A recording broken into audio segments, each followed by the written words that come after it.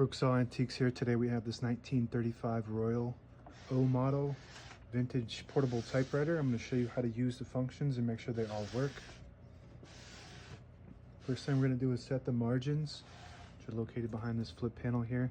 You just push them down and move them like this on each side.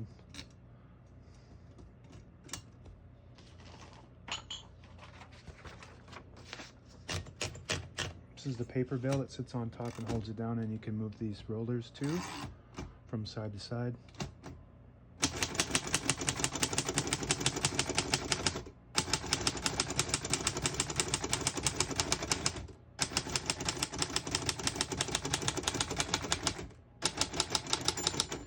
Once you hear the bell, you're at the end of the margin. You hit this line space, gets you back to the beginning. It skips 1, 2, or 3. Right now we have it on single, but if you want double, you just flip the switch here to the front, skips 2, and this actually only has single and double.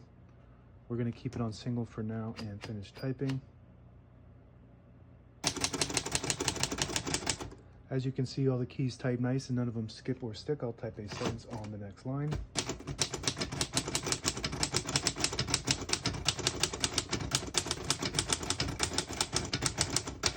Very nice typing machine.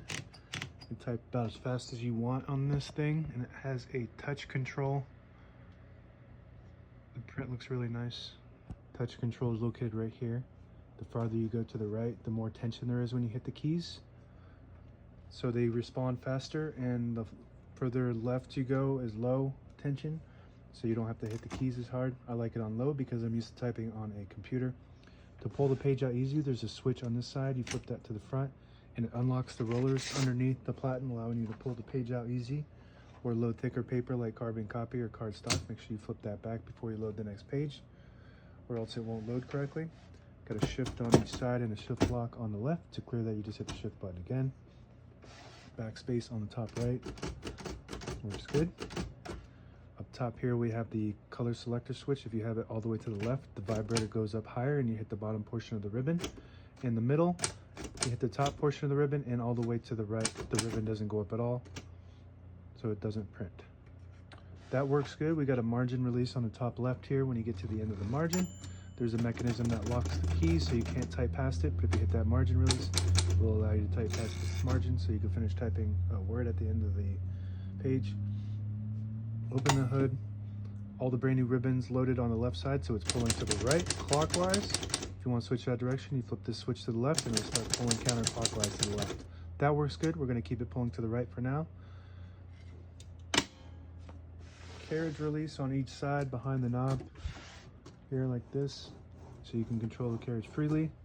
That works good.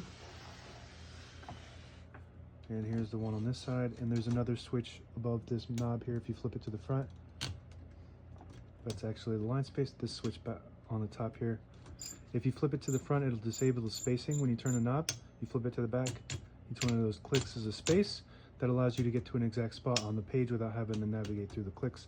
And you can also do the same thing by pushing in the knob at the end of, there's a button at the end of the knob. You push it in, it disables the spacing.